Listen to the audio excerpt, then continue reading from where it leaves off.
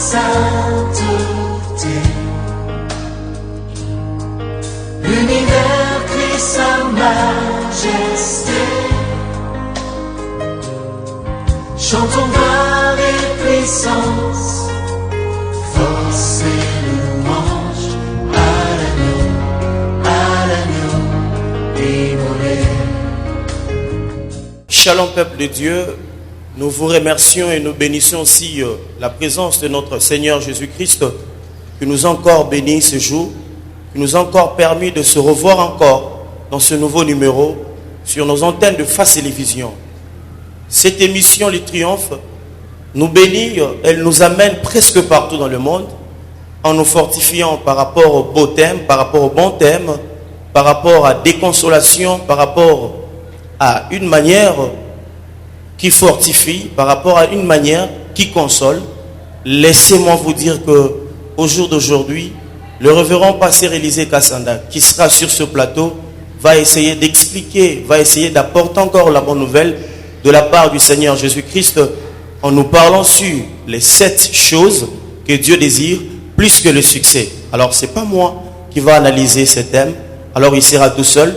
J'aimerais laisser la place à l'homme de Dieu quand il va faire son entrée. Bisiko Zali, aux apéchènes nayote, Tikala Gimananda Kunayo, Ezala Musala, Tuibana Kulana Bisonyo Somalamu, parce que je sais très bien que l'émission Triomphe bénit, console et fortifie. Que Dieu te bénisse. Je laisse la place à l'homme de Dieu. Bien-aimé dans le Seigneur, que le Seigneur vous bénisse abondamment pour ce moment précieux que nous allons passer ensemble, où, par la grâce de Dieu, nous allons échanger ensemble sur les 7 choses que Dieu désire. Vivre une vie épanouie, le Seigneur souhaite que tu puisses refléter sa gloire à travers ta vie, à travers ton existence. D'ailleurs, je t'annoncerai que Dieu ne souhaite pas te voir vivre dans la médiocrité. La médiocrité n'est pas ton héritage. Parce qu'il a dit à Josué, c'est lui qui a appelé Josué, il lui a dit que la parole de Dieu ne s'éloigne pas de toi.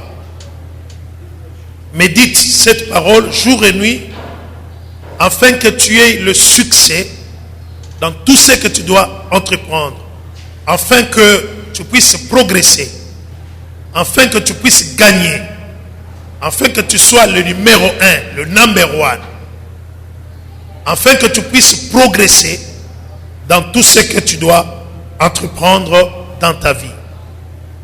Alors, quand je regarde à la lumière de la parole de Dieu, je vois que le souhait de Dieu est au-delà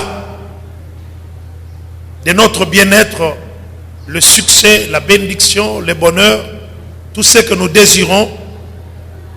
La Bible dit que cela sera comme des cadeaux que le Seigneur va t'accorder, cher enfant de Dieu, cher ami dans le Seigneur.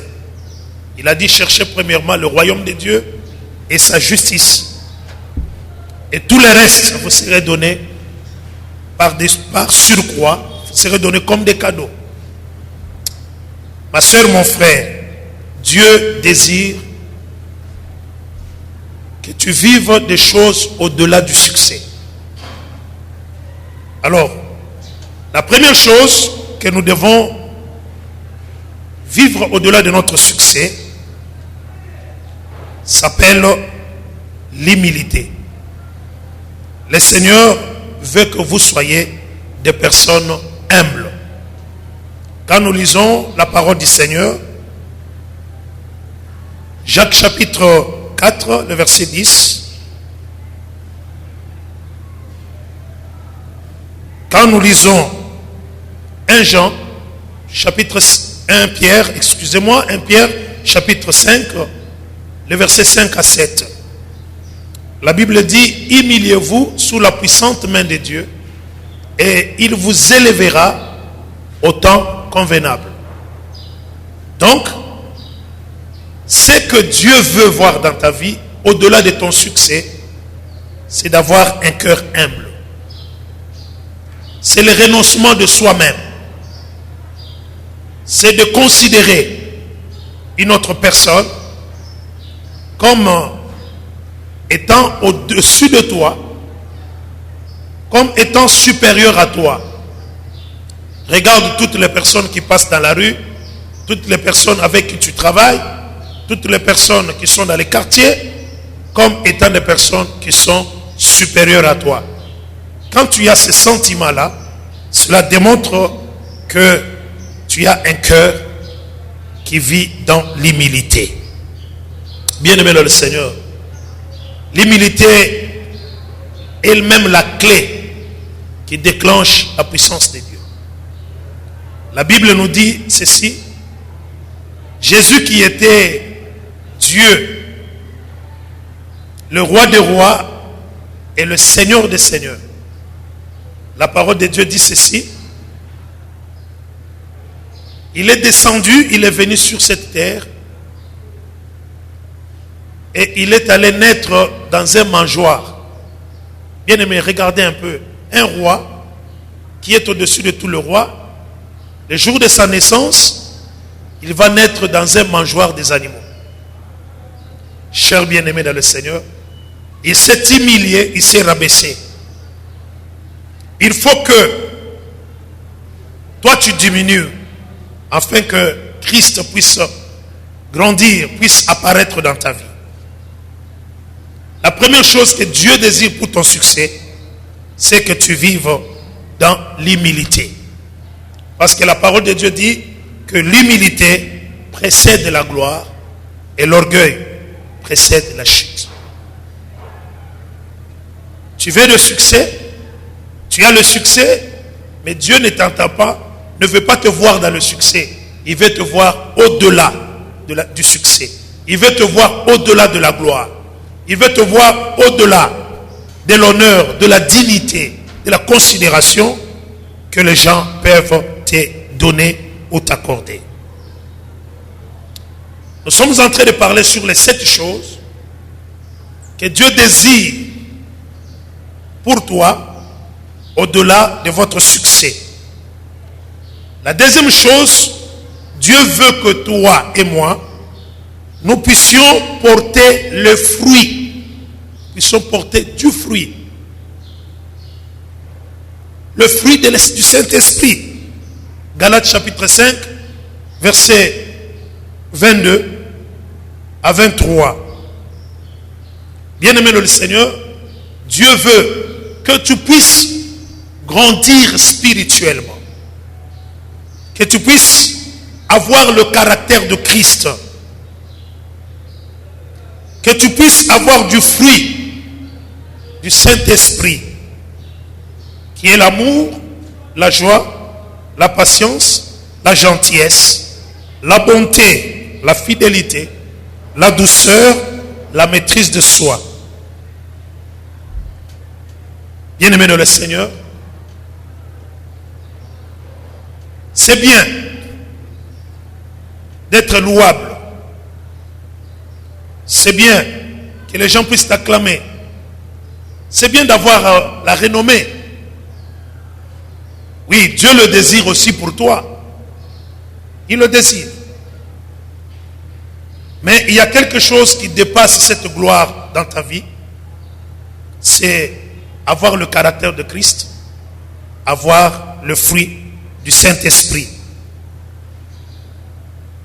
Dieu sait que tu vas réussir dans tes entreprises. Il connaît. Il connaît le niveau que tu dois atteindre dans la réussite. Mais il veut te voir aussi, bien-aimé dans le Seigneur, manifester en toi le fruit du Saint-Esprit. Le succès sans patience, le succès sans douceur, le succès sans fidélité à Dieu, sans fidélité à ta femme, les succès sans la bonté dans le cœur, tu finiras par une chute sans précédent.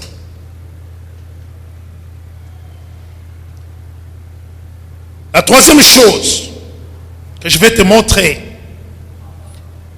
que Dieu veut voir dans ta vie au-delà de votre succès, c'est dans le livre de 1 Samuel chapitre 15, le verset 22. La troisième chose, Dieu veut votre obéissance et votre soumission.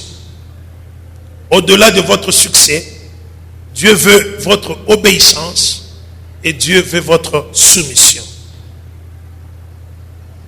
Le prophète Samuel a dit au roi Saoul que l'obéissance vaut plus que le sacrifice.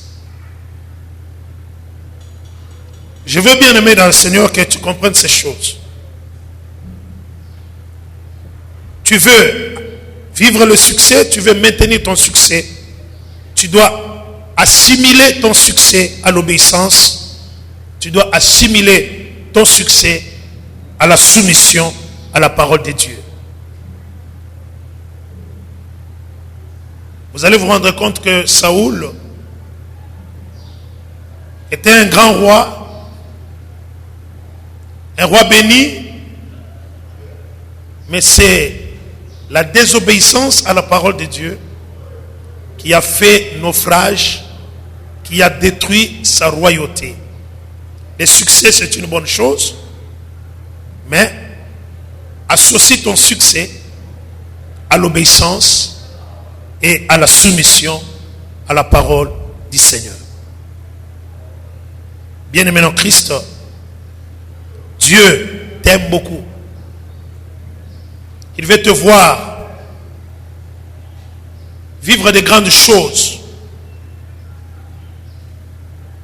dans ton ministère, dans ton mariage, dans tes affaires. Je vais t'encourager pour te dire que Dieu ne désire que de bonnes choses pour toi. Parce que j'ai lu dans la parole de Dieu, la Bible dit que Jésus allait de ville en ville, de village en village. Il faisait du bien aux gens. C'est que Dieu veut te faire du bien. Il veut ton bonheur, il veut ton succès. Mais attache ces choses à la soumission et à l'obéissance à la parole de Dieu. La quatrième chose, bien aimé dans le Seigneur, que Dieu veut, au-delà de votre succès, au-delà de votre considération, au-delà de votre élévation, Dieu veut que vous puissiez dépendre totalement de lui. Il veut que chacun de nous puissions dépendre totalement de lui. Beaucoup de personnes, après avoir atteint le succès dans leur vie, ils oublient Dieu. J'en connais, je connais beaucoup de gens. Lorsqu'ils n'étaient pas élevés, il était attaché au Seigneur. Lorsqu'il n'était pas béni, il était accroché à l'église, accroché à sa Bible. Maintenant, toi qui me regardes, tu te dis, tu as beaucoup à faire. Tu as beaucoup de choses à accomplir.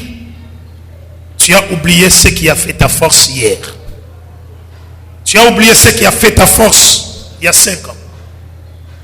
Bien-aimé dans le Seigneur, Dieu veut que toi et moi, nous puissions dépendre totalement. Pas à moitié. Complètement. Tu puisses dépendre de Dieu.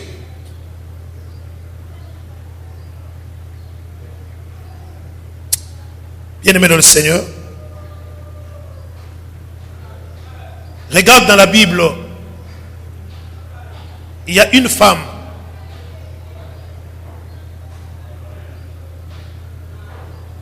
du nom de Ruth. Cette femme, la parole de Dieu dit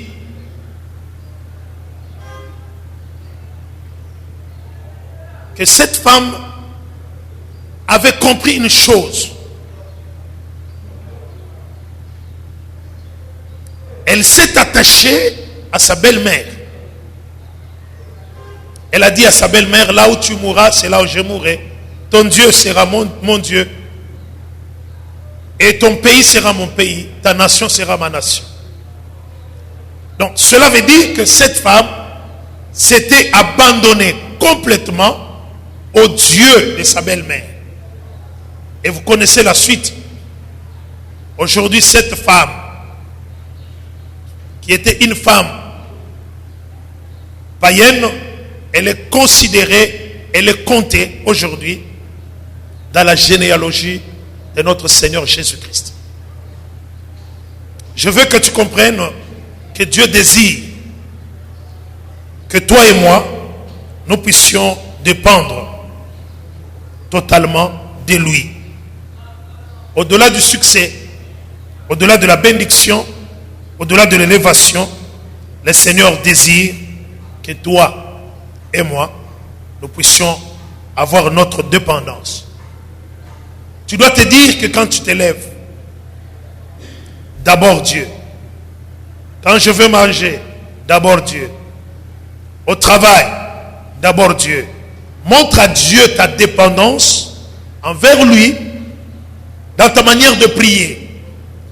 Quand tu ne pries pas le matin, quand tu ne pries pas le soir, quand tu n'écoutes pas la parole de Dieu, bien-aimé dans le Seigneur, cela démontre clairement que ta vie ne dépend pas de Dieu. Peut-être ta vie dépend de toi-même et ta vie dépend de ce que tu es en train de faire. Parce que si nous comprenons que notre vie dépend de Dieu, chaque matin, nous devons lui parler et nous devons être en contact avec sa parole. La cinquième chose que Dieu désire, au-delà de votre succès, de votre élévation et considération, Dieu veut que vous ayez la foi en lui. Il désire que toi, mon frère, et toi, ma soeur, que tu puisses avoir la foi. La foi en Dieu. Parce que c'est la foi qui est la clé qui déclenche le surnaturel dans ta vie.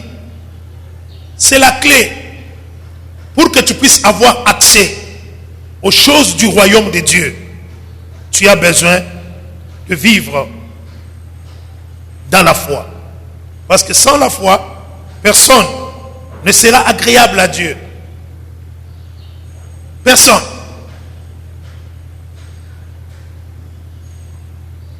La foi te permettra de faire face à votre défi de la vie. La foi va permettre que tu puisses vivre dans une vie de possibilités sans mesure dans le Seigneur.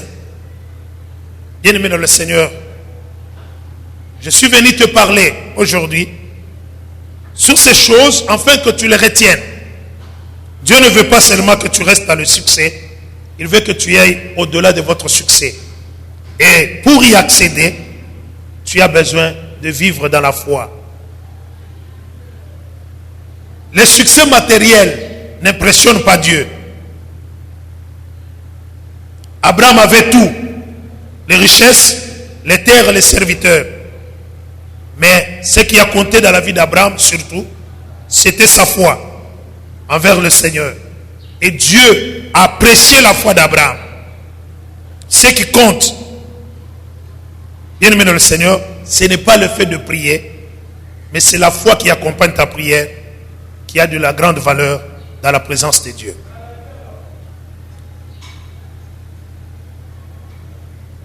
La sixième vertu ou la sixième chose que Dieu désire au-delà de votre succès,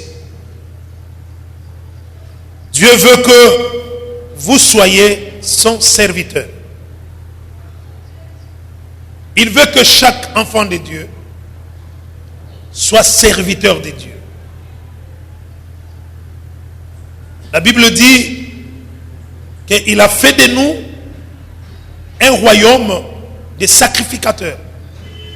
Chaque enfant de Dieu doit comprendre que tu es né en Dieu, tu es né en Jésus, ce n'est pas seulement pour rester enfant de Dieu, mais c'est pour atteindre aussi la dimension de servir ces dieux-là.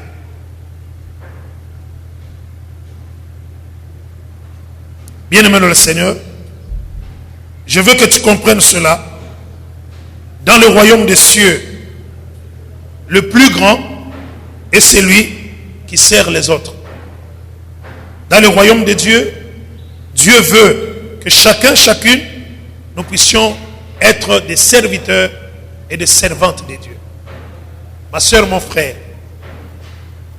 est-ce que tu sers Dieu dans ta vie? Ma soeur, mon frère, au-delà de votre succès, aujourd'hui nous voyons les gens, moi-même j'en ai fait l'expérience dans l'œuvre de Dieu. J'ai vu beaucoup de sœurs, lorsqu'elles étaient des célibataires, elles étaient accrochées à l'église. Elles servaient Dieu dans le département des protocoles. Elles étaient à l'intercession. Elles chantaient à l'église. Mais une fois entrées dans le mariage, c'est fini. La porte de servir Dieu, elles ont bloqué, elles ont fermé ces portes. C'est fini. Maintenant, elles sont devenues Madame Raison, Monsieur Raison. Bien-aimé dans le Seigneur, au-delà de ce que tu obtiens auprès de Dieu, ce n'est pas ça ce qui compte devant Dieu, mais Dieu veut te voir dans son champ, il veut te voir le servir. Alléluia. La septième chose que Dieu veut voir dans ta vie, au-delà de votre succès, Dieu souhaite, Dieu veut que vous soyez comme son Fils Jésus-Christ.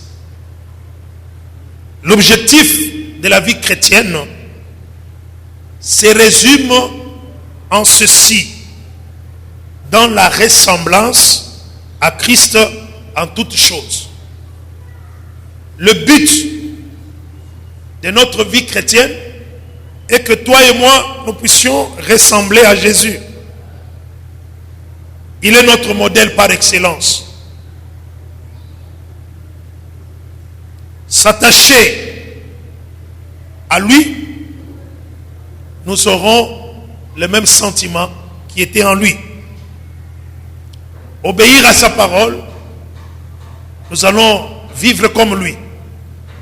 Dieu veut que toi et moi, nous puissions être comme son Fils Jésus.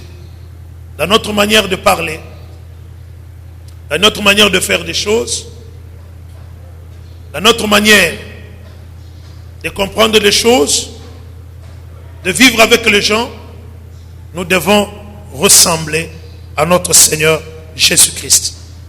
Le succès, c'est une bonne chose, même moi aussi je le désire, mais il y a des vertus que Dieu veut voir dans notre vie au-delà de notre succès.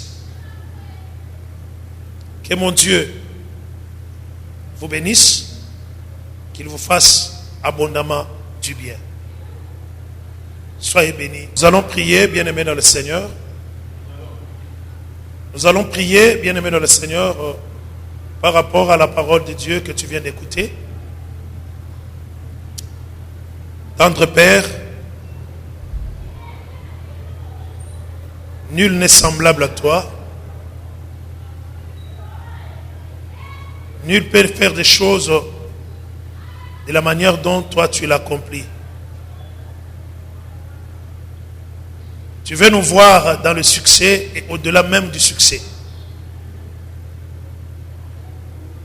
Aujourd'hui, nous nous écartons dans ton chemin à cause de l'élévation, à cause de la gloire, à cause du succès, à cause de la bénédiction. Mais toutes ces choses, lorsque tu les accordes, c'est pour que ces choses nous accompagnent dans notre marche vers l'éternité. Consent, ô Dieu, que cette parole que nous venons d'échanger avec mon frère et ma soeur puisse germer dans leur cœur et que cette parole puisse porter les fruits et les fruits qui doivent demeurer pour l'honneur et la gloire de ton Seigneur. Je bénis mon frère et ma soeur qui nous a écoutés. Aujourd'hui, que la grâce de Dieu marche avec toi, que l'onction fraîche se descende sur toi et se pose sur toi. Que le Seigneur puisse